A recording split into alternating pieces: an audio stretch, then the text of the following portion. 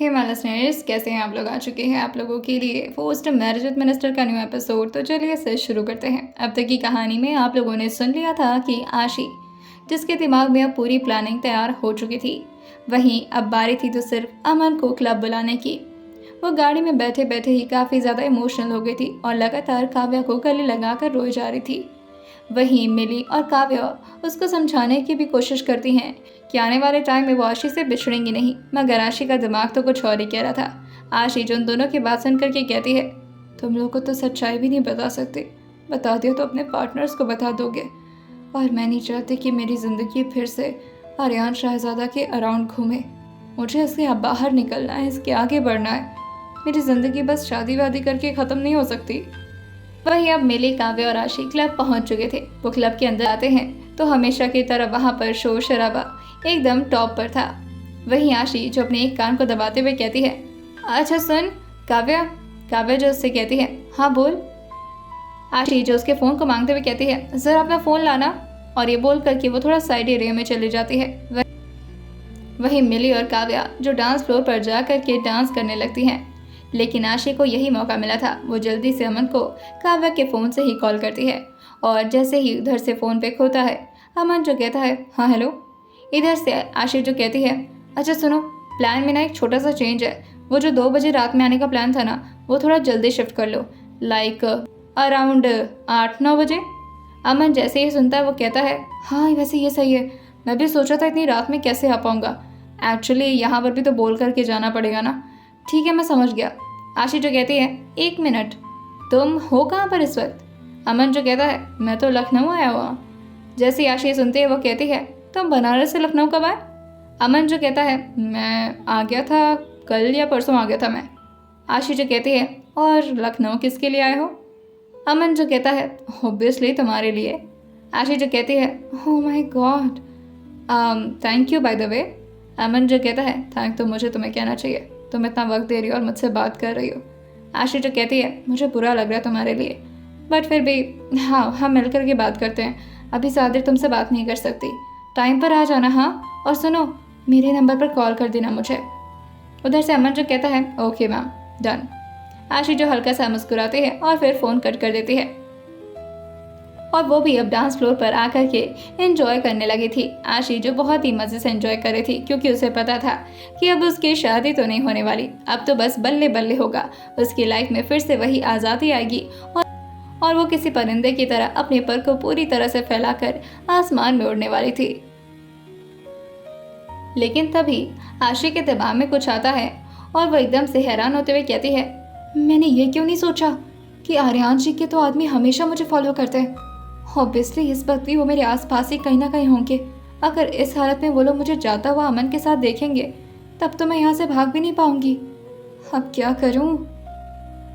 आशी को क्लब में एक आदमी पर शक हो गया था, जो कि लगातार रह रह करके उसी को देखे जा रहा था। आशी दिमाग की बहुत तेज थी और उसने तुरंत ही दिमाग में अपने सारे कैलकुलेशन करके वो समझ चुकी थी कि आर्यांश के अलावा किसी और के आदमी तो हो नहीं सकते। और जैसे उसके दिमाग में यह आया था, वो फिर से काव्या का फ़ोन लेती है और फिर से बाहर जाकर के अमन से बात करने लगती है। अमन जो दूसरी तरफ से कहता है, इतना डेस्परेट हो रही है मुझसे मिलने के लिए। आशी जो कहती है, फालतू बकवास मत करो। अच्छा सुनो, तुम ज़रा मेरे साइज़ का शर्ट वर्ट ला सकते हो क्या। जैसे ही दूसरी तरफ से अमन ये सुना था, वो कहता है, मेरा शर्ट तुम पहनोगी। आशी जो कहती है, हाँ तुम्हारा शर्ट और तुम्हारा लोअर बहुत ज़्यादा ज़रूरी है, और हाँ साथ में टी शर्ट भी। मुझे डायरेक्टली शर्ट पहनना पसंद नहीं है, अंदर टी शर्ट, ऊपर शर्ट और नीचे लोअर, मेरा हमेशा का ड्रेसिंग सेंस है ये। अमन जो कहता है, हाँ मुझे पता है, बचपन में भी तुम इसी तरह के कपड़े पहना करती थी, लेकिन तुम्हें अभी वहाँ पर ये सब क्यों चाहिए। आशी जो कहती है, क्योंकि मैं क्लब आई हुई हूँ और जिन कपड़ों में मैं हूँ ना, उन कपड़ों में तो मैं कभी नहीं भाग सकती, और मुझे वैसे भी बहुत आगे तक जाना है ना, और ऐसे भागूंगी तो फिर मुश्किल हो जाएगी। अमन जो कहता है, मैं गाड़ी लेकर आ रहा हूँ, तुम्हें भागने की क्या ज़रूरत है। आशी जो कहती है, तुम बेवकूफ़ हो, ठीक है, तुम्हें अभी कुछ नहीं पता, तुम बस मेरे लिए कपड़े अरेंज करके ले आना, ठीक है। अमन जो कहता है, जी हुजूर, और कोई हुक्म है आपका। आशी जो कहती है, जी नहीं, बस जल्दी आना, ओके। अमन जो कहता है, तुमसे ज़्यादा मैं बेसब्र हूँ और तुमसे मिलने के लिए, मैं तो अभी अपनी गाड़ी लेकर के निकल चुका हूँ। आशी जो कहती है, अच्छा ठीक है, अब इस सारी बातों को ना अपने दिमाग में रखो, और हाँ पता है ना कौन से एरिया में आना है। आशी ने काव्या के फ़ोन से उसे लोकेशन भी सेंड कर दिया था। अमन जो कहता है, यस मैडम, अच्छे से पता है, अब जाइए आप एंजॉय करिए, मैं थोड़ी देर में पहुंचता हूँ। आशी जो कहती है, गुड बॉय, और ये बोल करके वो फ़ोन फिर से कट कर देती है। वहीं आशी जो दोबारा से अंदर आते हैं तो मिली उसके पास आते हुए कहती है, यार तू अंदर बाहर क्या कर रही है, चल ना डांस कर। आशी उसे देखकर कहती है, थोड़ा सा नाच क्या लिया, तू तो ऐसे हाँप रही है जैसे हाथी नाचाओ। मिली जो कहती है, देख मैं बहुत सुंदर और बहुत ही परफेक्ट बॉडी लेकर के घूम रही हूँ, खबरदार जो मुझे हाथी बोले तो। आशी जो कहती है, हाँ भाई एक मिस्टेक हो गया। मिली जो कहती है, हाँ अब आई ना लाइन पर। आशी जो कहती है, हाँ ऑब्वियसली तुम हाथी थोड़ी ना हो, तुम तो हथनी हो ना। और ये बोल करके वो हंसने लगती है। मिली जो उसके बाल को पकड़ते हुए कहती है, तू ना कभी सुधरेगी नहीं। आशी जो कहती है, सुधरने के लिए थोड़ी ना बिगड़ी थी मैं तो और बिगड़ूंगी और हमेशा बिगड़ती ही रहूंगी, अपने प्रोसेस को हमेशा जारी रखूंगी। वैसे भी मेरा तो ब्लड ग्रुप भी बी पॉजिटिव है, तो मैं जिस भी काम को करती हूँ ना बहुत ही पॉजिटिवली वे में करती हूँ, पीछे नहीं आती मैं। वहीं बगल से काव्या जो आते हुए कहती है, क्या बातें चल रही तुम दोनों में, वैसे सच बता रही हो, डांस करने का मज़ा ही ना अपने आप में कुछ और होता है। आशी जो कहती है, ऐसे डांस करेगी ना तो फेफड़ा बाहर आ जाएगा। काव्या जो उसे देखकर कहती है, तो फिर से खुश हो गई, तो रह करके तुझे क्या हो क्या रहा है तुझे, अभी तो गाड़ी में इतना ज़्यादा दुखी लग रही थी। आशी जो काव्या से कहती है, हाँ वैसे मैं दुखी तो अभी भी हूँ, लेकिन मेरे चेहरे पर बस एक छोटी सी स्माइल है जिसे देख करके कोई मेरे दिल का गम पढ़ नहीं पा रहा। काव्या जो कहती है, हा, क्या बात है, क्या शायरी मारा तूने। आशी जो उसको देखकर हंसते हुए कहती है, ओ यार सच में तुझे बहुत मिस करूँगी। मिली जो कहती है, और मुझे। आशी जो उसे देखकर कहती है, नहीं तेरे ऊपर वैसे गंदी नज़र थी नहीं ना मेरी, तो तुझे क्यों मिस करूँगी। काव्या जो उसके गाल को खींचते हुए कहती है, बदतमीज़ कहेंगी, चलना साथ में डांस करते हैं। वहीं ऐसे ही कुछ देर बीतता है और लगभग 1 से 2 घंटे बीत जाते हैं। वहीं आशी के फ़ोन पर लगातार किसी का मैसेज आ रहा था जिसे बार बार आशी इग्नोर कर रही थी क्योंकि वो डांस कर रही थी, लेकिन फिर उसे याद आता है कि ये किसका मैसेज हो सकता है। अचानक ही उसके दिमाग में जब ये हिट करता है वो तुरंत ही काव्या और मिली से खुद को दूर करती है और फिर बाहर आ जाती है।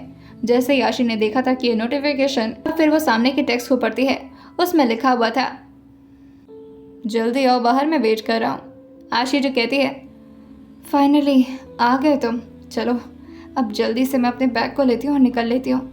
वो देखती है कि आशी और मिली अभी भी डांस करने में ही बिजी हैं। वो चारों तरफ अपनी नज़र करती है और फिर बैग को लेकर के तुरंत ही क्लब से बाहर निकल जाती है। वहीं आशी उसी नंबर पर कॉल करती है तो दूसरी तरफ से फ़ोन अमन ही पिक करता है। आशी जो कहती है, हेलो। दूसरी तरफ से अमन जो कहता है, हाँ हेलो, कहाँ हो तुम। आशी जो कहती है, थैंक गॉड ये तुम हो, मुझे तो लगा था फिर से कोई आर्यन जी की चाल तो नहीं है ये। वहीं इस तरफ से अमन जो कहता है, नहीं ऐसा कुछ नहीं है, मैं ही हूँ, पर ये तो बताओ तुम नज़र क्यों नहीं आ रही। आशी जो कहती है, हाँ तुम्हारी गाड़ी दिख रही है मुझे, अच्छा ज़रा तुम अपने हाथ को वेव करना। अमन जो अपनी विंडो को खोलता है और बाहर की तरफ अपने हाथ को करते हुए कहता है, दिखा कुछ। आशी जो कहती है, स्कॉर्पियो में बैठे हुए हो। अमन जो कहता है, हाँ ब्लैक स्कॉर्पियो है। आशी जो कहती है, हाँ बस मैं आती हूँ, और ये बोल करके वो जल्दी से पैसेंजर गेट को खोलती है और तुरंत ही चढ़ जाती है। वहीं अमन जो उसे देखकर कहता है, ओ हो हेलो, तुम आशी हो। आशी जैसे ही उसको देखती है और इस तरह की फालतू बकवास करते हुए सुनती है, वो कहती है, नहीं मैं आशी की भूत हूँ। जैसे ही अमन ने उसे देखा था सच में उसे बिलीव नहीं हुआ था और वो कहता है, अरे यार तुम इतनी बदल कैसे गई, और जहाँ मैं तुम्हें पैंट शर्ट में देखता था ये तुम हॉट मॉडल कब से बन गई। आशी जो कहती है, बदतमीजी मत करो और जल्दी से गाड़ी से उतरो, और हाँ कपड़े लाए मेरे।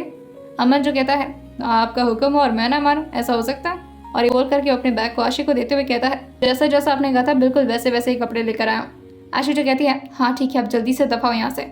और ये बोल करके वो भी नीचे उतरती है और पीछे की सीट की तरफ चली जाती है। वो दरवाज़ा अंदर से लॉक करती है और जल्दी जल्दी कपड़े को चेंज कर लेती है और फिर वो जल्दी से दरवाज़ा खोलते हुए फिर से पैसेंजर सीट पर आकर के बैठ जाती है। आशी फिर से अपने ड्रेसिंग सेंस में वापस आ चुकी थी। वहीं वो जल्दी से अमन से कहती है, जल्दी चलो यहाँ से। अमन जो कहता है, ओके बे। उसने बे तो बोला था लेकिन आगे के शब्द उसके मुंह के अंदर ही रह जाते हैं। आशी जो उसे घूरते हुए कहती है, ज़्यादा फ्री नहीं होना मेरे से, ठीक है ना। अमन जो कहता है, सॉरी मेरे मुंह से गलती से निकल गया था बस। और फिर वो फिर से गाड़ी ड्राइव करना शुरू कर देता है। वो आशी से कहता है, वैसे हमको जाना कहाँ है। आशी जो कहती है, रेलवे स्टेशन। जैसे ही अमन ने इतना सुना था वो कहता है, रेलवे स्टेशन? पर रेलवे स्टेशन क्यों जाना है, हम गाड़ी से चलते हैं ना, तुम्हें जाना कहाँ है। आशी जो कहती है बनारस जाना है तुम्हारे साथ। अमन जो कहता है हाँ तो फिर बनारस हम गाड़ी के सफ़र से भी तय कर सकते हैं ना रास्ता। हाँ तो हम बनारस तो गाड़ी से भी जा सकते हैं। आशी जो कहती है पागल हो गए तुम, इतना रिस्क नहीं ले सकती मैं। हाँ अगर आर्यांशी के आदमी कहीं आ गए तो बहुत बड़ी प्रॉब्लम हो जाएगी। मैं नहीं चाहती गाड़ी वाड़ी में रिस्क लेना, मुझे तुरंत ही बस तुम रेलवे स्टेशन छोड़ दो।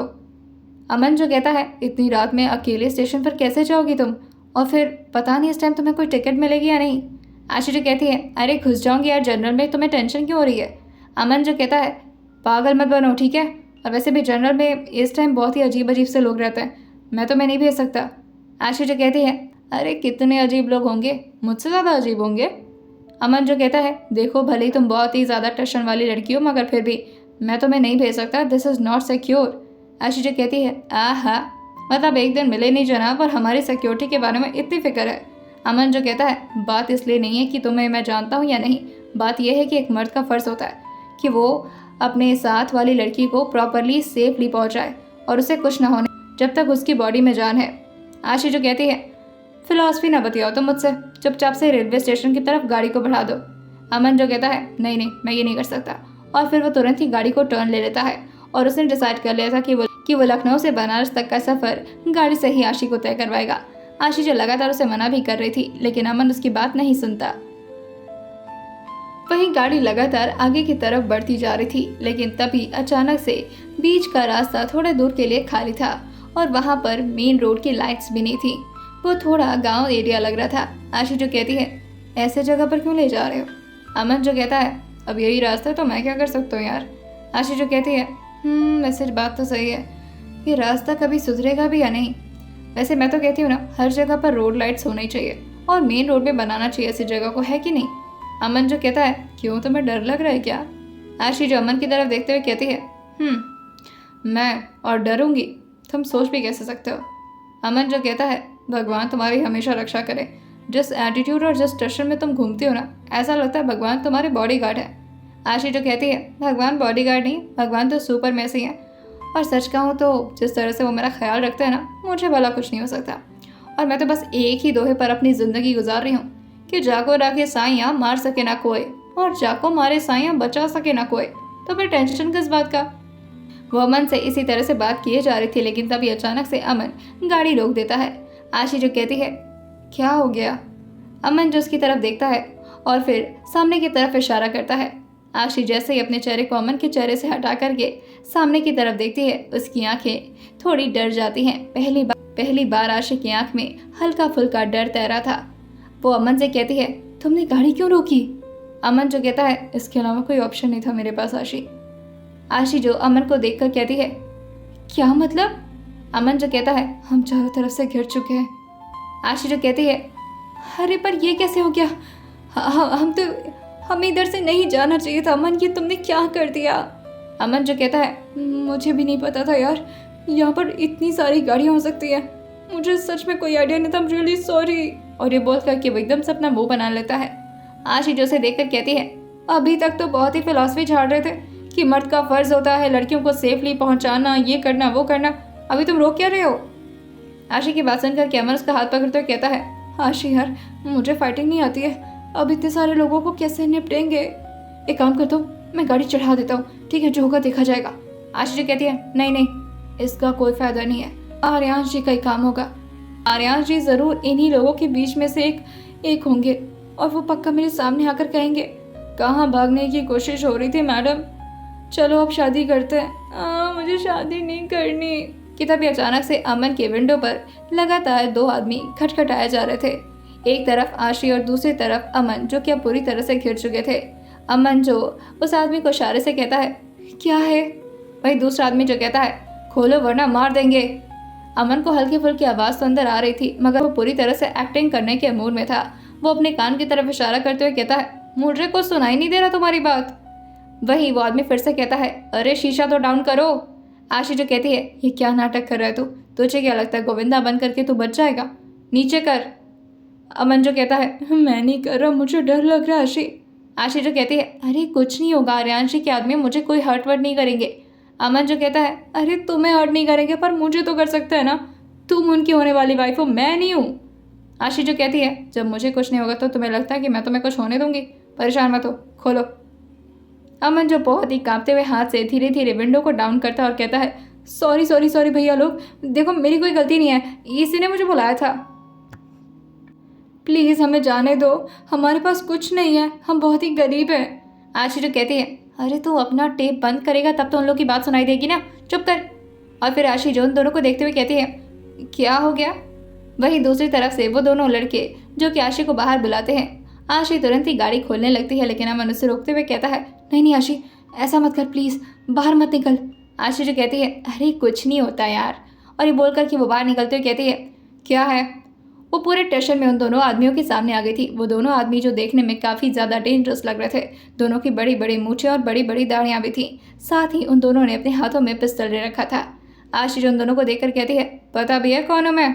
जिसके लिए तुम लोग काम करते हो ना, उसकी होने वाली बीवी। जिसके लिए तुम लोग काम करते हो, जिसकी जी हजूरी करते हो ना, उनकी होने वाली वाइफ हूँ मैं। जैसे ही ये बात वो दोनों सुनते हैं, वो एकदम से एक दूसरे को देखने लगते हैं और अपनी भौवें सिकोड़ कर कहते हैं, क्या? कौन सी वाइफ? उनकी तो शादी कब का हो चुकी है ना, और वैसे भी मुझे लगा था कि वो काफ़ी बुढ़े हैं, उनके ऐसे भी मिजाज नहीं पता था। वही दूसरा आदमी जो कहता है, हमें क्या लेना देना, हमें तो बस इस लड़की को पकड़ करके उनके पास ले जाना है, दैट्स इट। जैसे आशी सुनती है वो कहती है, क्या बोला? उनकी शादी हो चुकी है? इतना बड़ा धोखा मेरे साथ, ऐसा कैसे कर सकते हैं वो? उन्होंने तो मुझसे कहा था कि वो सिर्फ मुझे अपनी बीवी बनाना चाहते हैं। हाँ वो बात अलग है कि वो रिवेंज के लिए बनाना चाहते हैं, मतलब वो मुझसे बदला लेना चाहते हैं। और ये बात वो उन दोनों को समझा रही थी, जैसे वो दोनों उसकी बात ही सुनने के लिए यहाँ पर आए हों। आशी जो लगातार फ्लो में बोले जा रही थी, वहीं वो दोनों आदमी एक दूसरे को कंफ्यूज होकर फिर से देखते और कहते हैं, ए चुप कर, और तू इतना बोलती क्यों है? चुप कर, जल्दी चल। आशी जो कहती है, अरे ऐसे कैसे बात कर सकते हो? अगर वो तुम लोग के महाराजा तो मैं तुम लोग की महारानी, अगर वो तुम्हारे किंग है तो मैं तुम्हारी क्वीन हूँ। वो दोनों आदमी जो कहते हैं, ये सठिया गई ये लड़की, मुझे लगता है ना डर के मारे इसका दिमाग काम नहीं कर रहा है। और ये बोल करके वो जैसे ही आशी का हाथ पकड़ते हैं, आशी एक ही बार में उन दोनों के हाथ को मोड़ते हुए कहती है, अरे थोड़ा प्यार से बात क्या कर लिया, तुम लोग तो सर चढ़े जा रहे हो यार। वार्निंग दी है ना मैंने कि मत हाथ लगाओ, समझ नहीं आ रहा बात? लेकिन तभी अचानक से उसे पीछे से अमन की आवाज़ सुनाई देती है। अमन को 4 लड़कों ने घेर रखा था और चारों ने उसके सर पर गन पॉइंट किया हुआ था। आशी जैसे ये देखती है वो कहती है, नहीं नहीं नहीं, उसे कुछ मत करो, मैं चल रही हूँ उनके पास। वहीं वो दोनों आदमी जो कहते हैं, हाँ तो फिर चल ना। आशी जो कहती है, लेकिन पहले उसे छोड़ो, उसके बाद ही चलूँगी। जैसे ही आशी ने इतना बोला था, वो चारों के चारों आदमी अपनी गन को जैसे ही नीचे करने वाले होते हैं कि तभी एक आदमी जो आता है वह कहता है, नहीं नहीं नहीं, इसकी चाल में मत पड़ना, ये कोई मामूली लड़की नहीं है, मैंने देखा है किस तरह से लड़ाई करती है ये। आशी जैसे उस आदमी को देखती है वो कहती है, अरे तुम तो वही हो ना, वो सेठ? वो आदमी जो हंसते हुए कहता है, हाँ लड़की वही हूँ मैं, उस दिन बच गया था। आर्यांश और आर्यांश के लोगों ने बहुत बुरी तरह से मार तो दिया था, लेकिन माहेश्वरी जी ने बचा लिया था मुझे। आशी जैसे ही सुनती है उसके कदम एकदम से लड़खड़ा से जाते हैं और वो हैरानी से पूछती है, महेश्वरी? तुम लोग महेश्वरी के आदमी हो? जैसे ही वो बंदा अपने सिर को हाँ मिलाता है, आशी के चेहरे पर एक बड़ी सी मुस्कान छा जाती है, जिसका आइडिया वहाँ पर खड़े किसी भी लोगों को नहीं था कि अचानक से आशी कुछ ऐसा भी रिएक्ट कर सकती है। आशी जो एकदम से खुशी से नाचते हुए कहती है, अरे वाह, मज़ा आ गया मज़ा आ गया मज़ा आ गया, मतलब तुम लोग महेश्वरी जी के आदमी हो, आर्यांश जी के आदमी नहीं हो ना? और ये बोलते बोलते वो लगातार डांस किया जा रही थी। वहीं वो दोनों आदमी उसके सामने गन रखते हुए कहते हैं, हे ऐसे नाच क्या रही है, पागल हो गई क्या?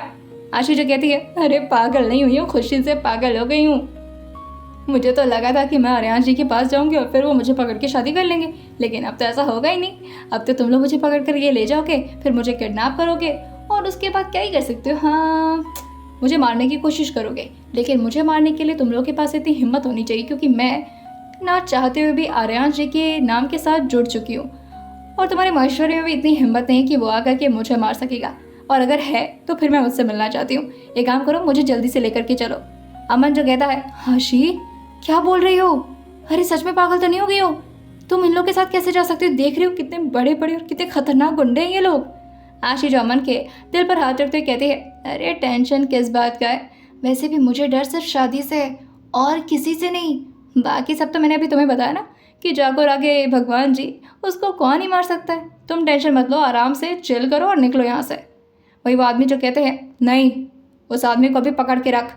जैसे ही एक आदमी ने ये बोला था, वो सारे के सारे आदमी अमन को घेर लेते हैं और कहते हैं नहीं, तू नहीं जा सकता। वहीं वो सेठ जो कहता है पहले तुम चलोगी, कहीं ऐसा ना हो कि जैसे ही ये लड़का यहाँ से निकले तुम हम सबको मार करके भाग जाओ। आशी जो कहती है हाँ, मान तो गई मैं कि फटती बहुत है तुम लोग की मेरे से, लेकिन ठीक है अगर तुम लोग ऐसा लगता है कि मैं भाग जाऊंगी, लेकिन सच बताओगे मैं भागने का कोई इरादा नहीं है। मैं तो आर्यान जी से भागने की कोशिश कर रही थी, महेश्वरी तो अपना आदमी है। और ये बोल करके वो कहती है चलो गाड़ी में, और ये बोल करके वो खुद ही उन लोग के साथ जाने लगती है। वहीं जाते जाते वो कहती है अब तो छोड़ दो बेचारे को, वरना उसकी पैंट गीली हो जाएगी। अमन जो कहता है मुझे तुमसे बहुत सारी बातें करनी थी आशी। आशी जो विंडो से झाँकते उसे देख कर कहती है अब बाद में मिलते हैं, लेकिन तुम टेंशन मत लो, अब ये चैलेंज मैं ही जीतूंगी और उसके बाद हम लोग मिल करके पार्टी भी करेंगे। तुम्हारा बहुत बड़ा हेल्प था मेरे लिए, ठीक है, याद रखूंगी मैं तुम्हारा एहसान। और ये बोल करके वो कहती है चलो चलो ऐश्वर्या से आज मिल ही लेते हैं, वैसे बहुत नाम सुना है, बहुत कट्टर इंसान है वो।